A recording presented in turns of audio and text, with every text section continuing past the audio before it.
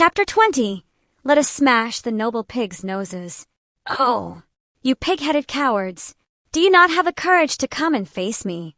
With a disheveled mane and bared fangs, Vigoro let out a roar and jeered at the orcs. Though the orcs and goblins standing in his way likely didn't understand his words, they retreated as if they were afraid of him. Vigoro's role in this battle was to act as a diversion. One glance at Vigoro was enough to tell that he was highly ranked among the ghouls. Leading a group of 10 warriors including female mages, he made a show of rampaging around, defeating every enemy that came into his sight. The plan was to have a separate group, including Baudia, rescue the captive women while this was happening. It was a simple plan. If their enemies were humans, they would have quickly realized that it was a diversion. However, it worked against monsters. Aggressive behavior is something that all monsters have in common. With members of their own race being killed by Vigoro and his group, they could not help but to focus their attention on him. Orcs in particular were a race that were quick to become enraged, and Vigoro had even quickly defeated the leaders like the orc generals. There was no time for them to gather their troops together. A rare kind of orc called an orc tamer set monsters like wood wolves, huge boars, and giant pythons on the ghouls, but even those were easily crushed. They were nothing compared to the undead led by Vandaliu. I didn't have a hard time at all fighting against the orc generals that are supposed to be of the same rank as me. Rather than me having become stronger, this is Vandaliu's work. The effects of the strengthened follower skill, and the battle axe that was a magic item that Vigoro had been given. Even the various supportive spells cast on him by the mages were still active because Vandaliu had transferred his mana to the mages to recast them. And when Vigoro and his group had encountered orc mages and goblin mages that would have been difficult opponents, Vandaliu had appeared out of nowhere to release a black fog that surrounded the enemy mages and sealed their magic. That was why they were experiencing such an overwhelming victory with not even a single injury, let alone a casualty. The ghouls did feel a little shameful to be completely dependent on this child, but ghoul society placed value on ability. It was only natural for superior individuals to stand at the top, and Vigoro understood that Vandaliu was superior to himself. Without a doubt, Vigoro had the advantage in muscle strength and physical ability. In battle techniques, too. However, Vandaliu had the overwhelming advantage when it came to magic and mana. And above all, he possessed the strength and follower skill, the skill that a superior individual should have.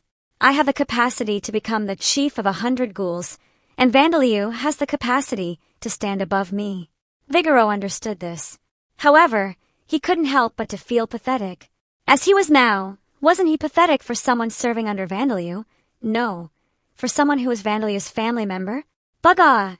That was why when Vigoro heard a roar even more powerful than an orc general's, both corners of his mouth twisted upwards in a smile.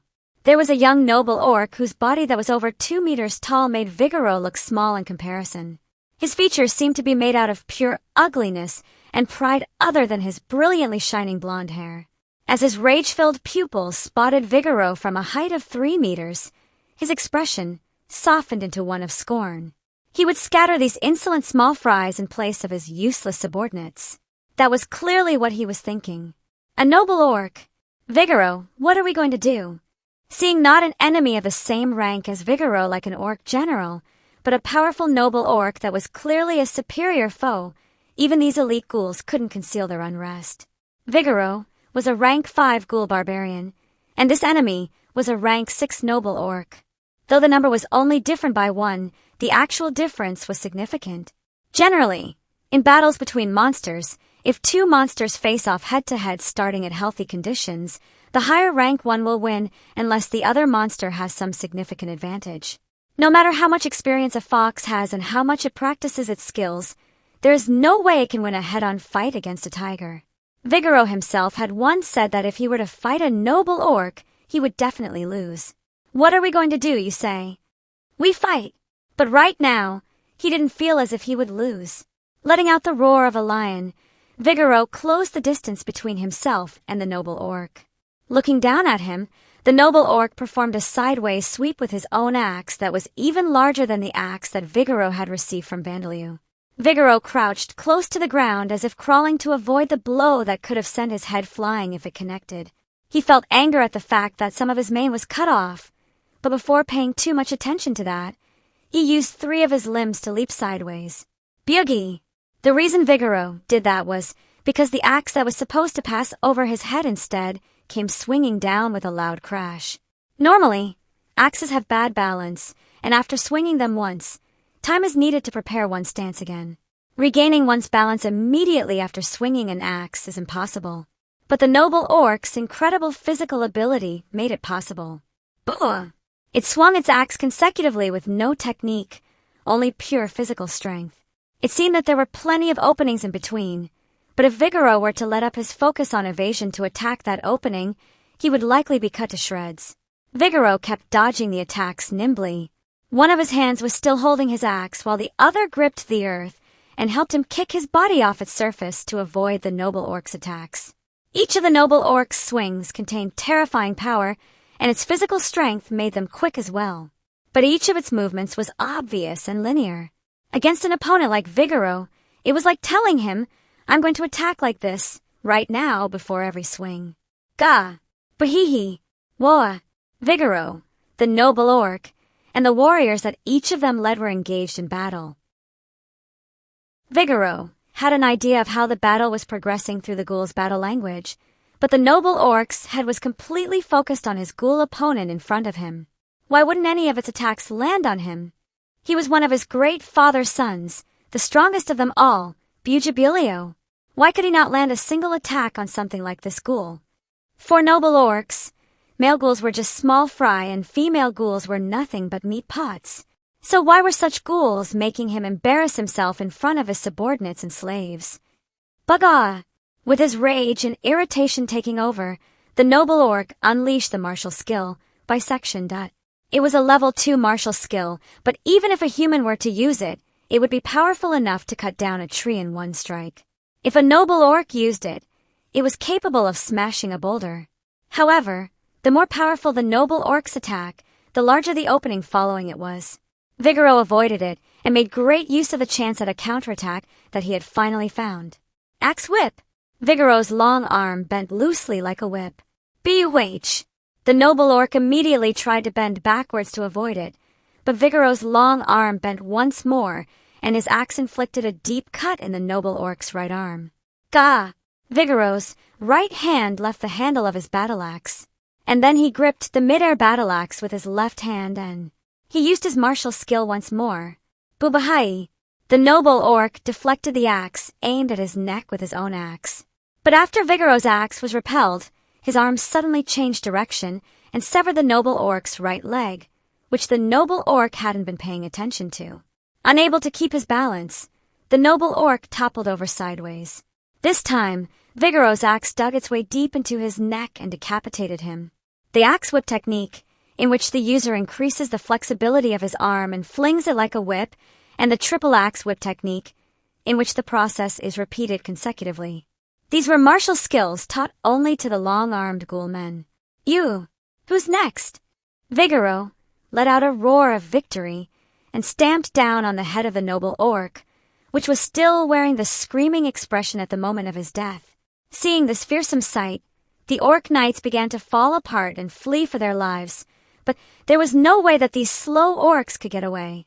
The few remaining goblins and kobolds followed their masters into the grave. Grr! How's that, Vandalio? Your family is strong. There was a small child who had called the ghouls his family, gotten involved in a battle he didn't need to get involved in, and even took on the title of king. Even now, he was working harder than any of the ghouls. How could Vigoro call himself a young chief, a warrior, if he didn't produce results that could make that child proud? Standing in a pitter-pattering rain of blood, Vigoro gave a pride-filled roar.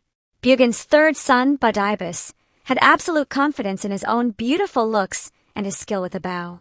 He wasn't proficient in close-quarters combat like his brothers, but he believed that a noble should not clash with their inferior prey directly and become stained in an unsightly way by their blood. He believed that a noble should shoot their prey from a distance with elegance. Bugo buhihi! When he had heard a report that there was a group of ghouls being led by a female ghoul, he could only think of how fitting the prey was for him. That group apparently contained many female ghouls. His only thoughts were of capturing them, picking out ones that he fancied, presenting the other attractive ones to his father and distributing the rest among his subordinates, thus placing him in a superior position to his brothers. Bui! Bugya! He had no intention of letting his guard down. He had given 5 orc knights the honor of serving as his advance guard, and also brought with him 10 orcs and 30 small fry goblins. At first, things were going well. The warriors serving as Zadiri's advance guard were unable to completely stop Butabi's subordinates, and his arrow powerful enough to pierce straight through an adventurer in full plate armor was only barely stopped by the female ghoul's wind attribute magic. At this rate, the female ghouls would run out of mana in less than 5 minutes, and then the orcs could push into them.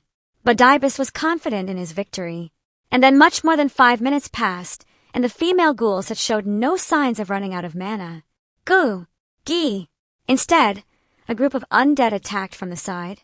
With clouds of the rotten beast's poisonous breaths floating around and a phantom bird's long-ranged fire from its spirit wings raining down, Badibus and his subordinates were shaken. In the opening created by the undead, the female ghouls rallied, causing even more unrest in Butabi's forces, and then the rotten beasts rushed in. The female ghouls had been supposed to run out of mana long ago, but they were releasing spells towards Badibus even now. Butabi's subordinates, who were supposed to have pushed into the female ghouls, were instead pushed into and turned into twitching, blood-stained corpses. Buhi! Bujabulio! Bubobio! Bua! With his face that he conceitedly believed to be beautiful twisted in fear, Badibus called for help from the brothers that he secretly looked down on, and the father that he despised. However, what reached out to him was not the helping hand of his family members, but the cold hand of death. Tisk! How noisy, great wind blade! The enormous, great sword-sized blade of wind, created by Zadiri's spell, cut Badibus in half horizontally as he tried to make an unsightly escape. Badibus managed to take a few more steps with the top and bottom half of his body still intact, but then his strength gave out and he collapsed, his organs spilling onto the ground. Fa! Surprisingly, he was not a greatly difficult foe, but he was a noisy rascal with a scream that pierced the ears. Boy, we are fine now. As Zadiri's exhaled, a semi-transparent, thin, string-like object detached from her shoulder. This was Vandaliu's spirit form that had been transferring her mana. He had apparently attached it to Bone Bird and had it bring it to her. Without even seeing Bone Bird off, Zadiri's raised her staff high. Everyone, there are few enemies left, but do not let down your guard. A short while earlier, the group of ghoul warriors, including Bajia, quickly finished securing the building containing the captive ghoul women. There had been orc guards here as well, but it seemed that their primary job had been to make sure none of the other orcs did anything excessive to the women rather than to prevent the women from escaping. As they hadn't planned on killing members of their own race, they weren't very well equipped. And the ones who had come here to procreate had been even more poorly equipped. They might as well have been fully naked. The outer wall turning into wood golems had caused the village to fall into a state of chaos. Most of the orcs had tried to run out of the buildings while goblins and less intelligent orcs tried to get into them. Bajia and her group had charged in during the middle of this large traffic jam and cleaned them up quickly before things escalated into a proper battle. The women inside the buildings were in a terrible state. In order to keep captive the ghoul women, who possessed the superhuman strength skill, their bodies had been immobilized by being half buried in boulders, likely with a spell cast by the orc mages or noble orcs. In addition, it seemed that they had been tormented. There were whip marks on their skin. There were some women who weren't in this state, but they had been treated just as horribly. Their hands and feet had been deliberately broken. Ghouls had much more vitality compared to humans, so they functioned as tools to give birth to orc children with no problems, even if they were treated horribly. That was why they had been treated this way. The human women in the same building. The ghouls expected them to be in better conditions, and that expectation was correct. They couldn't say this out loud after seeing their actual situation, however. Unlike most monsters, the ghoul women had a sense of values. Perhaps this was why they were not rendered mentally crippled, even after receiving such deep emotional scars. What do we do with these women? But the human women seemed completely broken. Their eyes were lifeless, and their bodies were limp, like corpses. Even though the humans were mortal enemies for the ghouls, as a fellow woman, Bajia couldn't help but to sympathize for them. She wanted to do something for them, but, Gurarar! Hearing words from her allies in the ghouls' battle language, Bajia recollected her thoughts. The meaning of those words were, "A powerful enemy is approaching. Buh! Bajia came out to the front of the buildings to see an enraged, noble orc with fangs bared, as well as orc knights guarding him with shields raised. Grrrrrrrr. Her companions didn't hesitate to call for reinforcements. None of the ghouls here, including Bajia, possessed outstanding ability in combat. They could easily defeat orc knights, but a noble orc would be too difficult. Even factoring in the supportive spells and difference in equipment, there was no way that this group of rank 3 and 4 ghouls could win against 10 rank 4 orc knights led by a rank 6 noble orc. In fact, they would be trampled one-sidedly. Did their leader decide to dedicate some of his forces to recapture the women? I would have thought that they would be headed to where Vigoro and the others are. Seeing the noble orc arrogantly looking down upon them, Bajia couldn't help but to wonder this out loud. In fact, the reason the ghouls had come here was so that the noble orcs and their subordinates wouldn't use the ghoul women as hostages. But on the other hand, there was nothing more of value here. Even if the noble orcs defeated Bajia and the other ghouls here, the battle would definitely not go well for the orcs, as the groups led by Vigoro, Sadiris, and Vandaliu would be able to move about freely. Recapturing the women would increase the orcs' morale to some extent, but it would not increase their strength in battle. Common sense would have told the orcs that it would be a better decision to leave Bastia's group alone, instead dealing with Vigoro and Sadiris' groups. Of course, most monsters didn't possess common sense, but everyone had expected that at least monsters with the noble orc's intelligence would have made that decision. Boo-boo bafufufu. However, the young noble orc looking down on Bajia and her group, Bibobio, was a noble orc that defied those expectations. He was aware that the battle would not turn around with just the efforts of his subordinates and slaves, but had confidence that if he stepped into battle himself, he could win. Like his brothers, he led his subordinates to act separately from them and add achievements to his own name. The thought of helping his brothers didn't occur to him at all. His head only contained thoughts of defeating them and currying favor with his father. Gobobobu. That was why Bubobio had chosen to secure the women. There were no noble orc or orc women. They were races made up entirely of males. In order to preserve themselves, the females of other races were absolutely necessary. If he were to recapture the women for the village, it would become a highly valued achievement. That was what Bibobio thought. It was a choice not to win the battle, but a choice brought about by the thought of gaining the greatest achievement to his name while exercising the least effort. It was only natural for him to decide against what would be considered common sense. Buh! Pointing the tips of their prided great swords in the direction of the ghouls, the orc knights raised their shields and lowered their center of gravity in a prepared stance. Gare, they're going to charge in. Gar, by some time. They had to somehow hold out until reinforcements arrived. Bajia and the other ghouls hardened their resolve while the 10 orc knights simultaneously charged in while using their shield bash skill. Or as they began to, the ground surface began to move.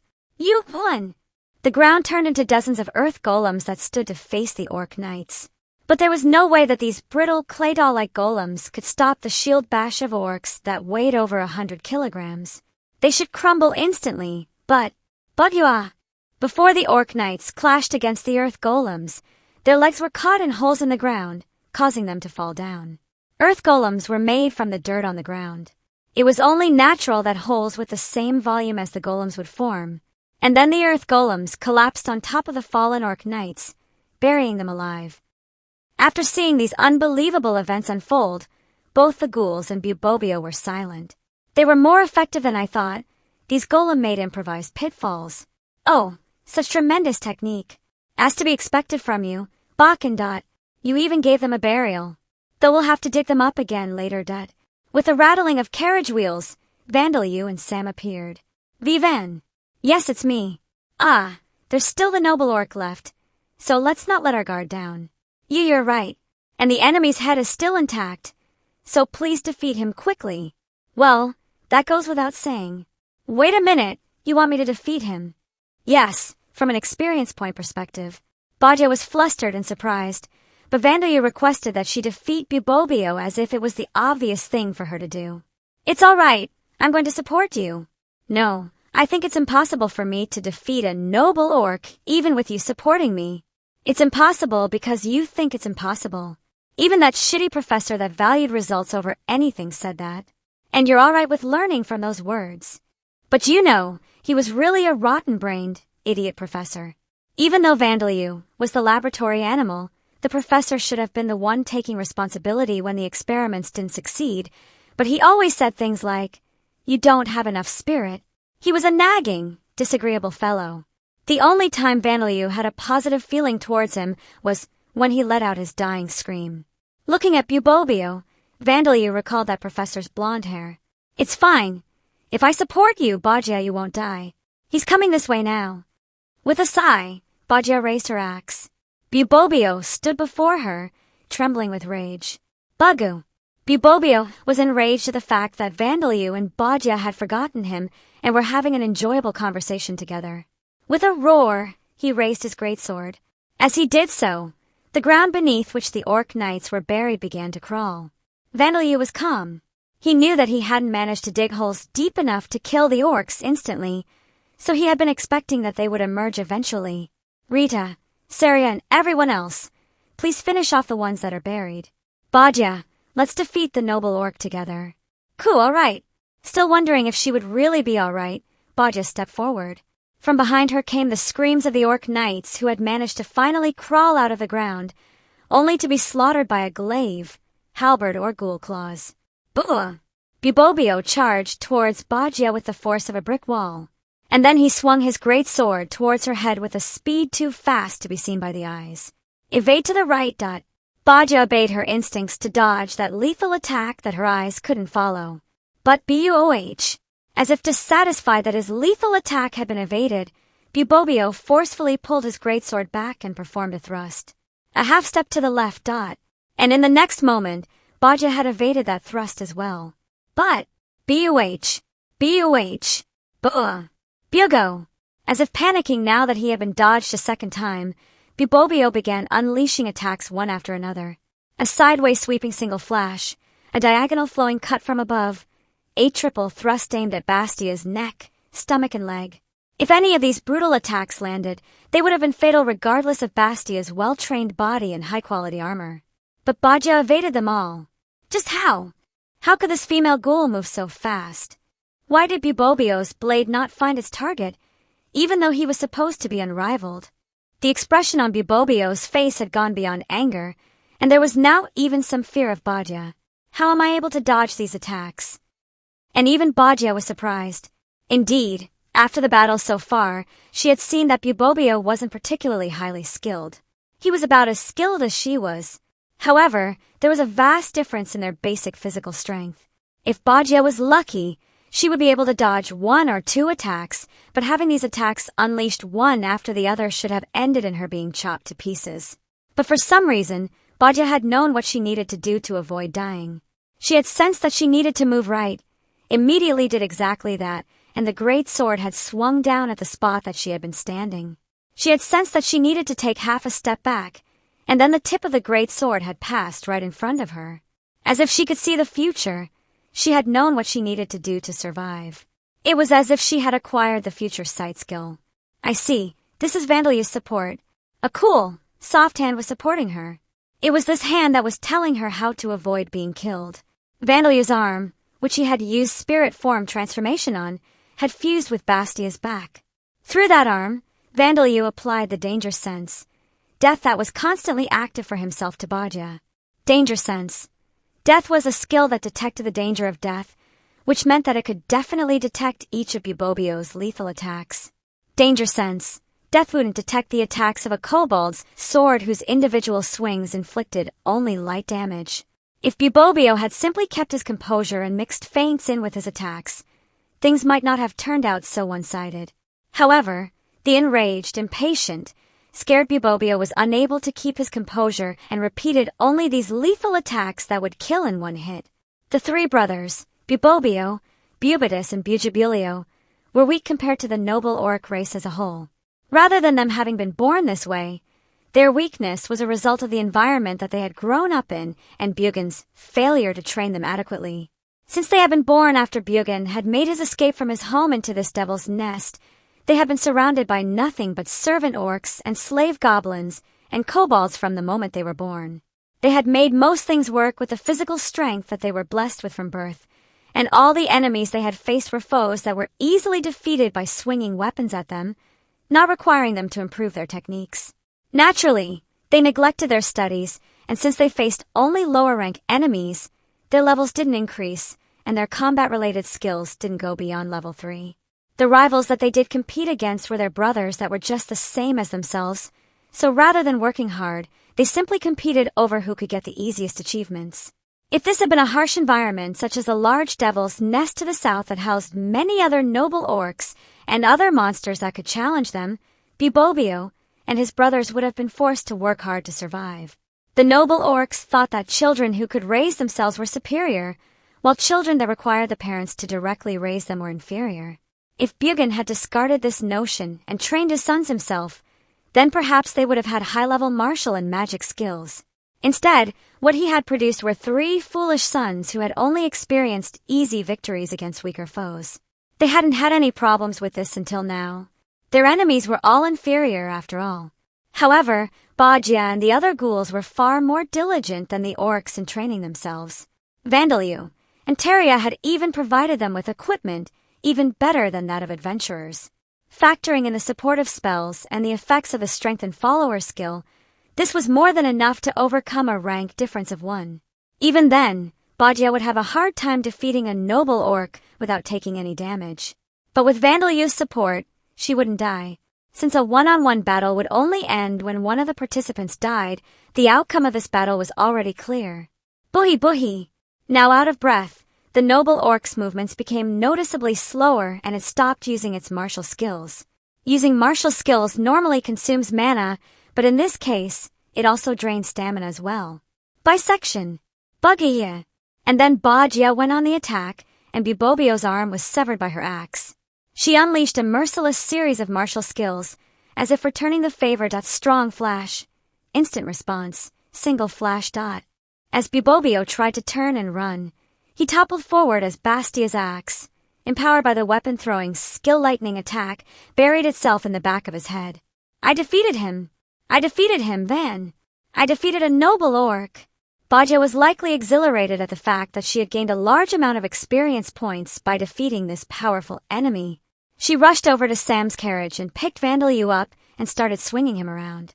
You defeated him, so please put me down.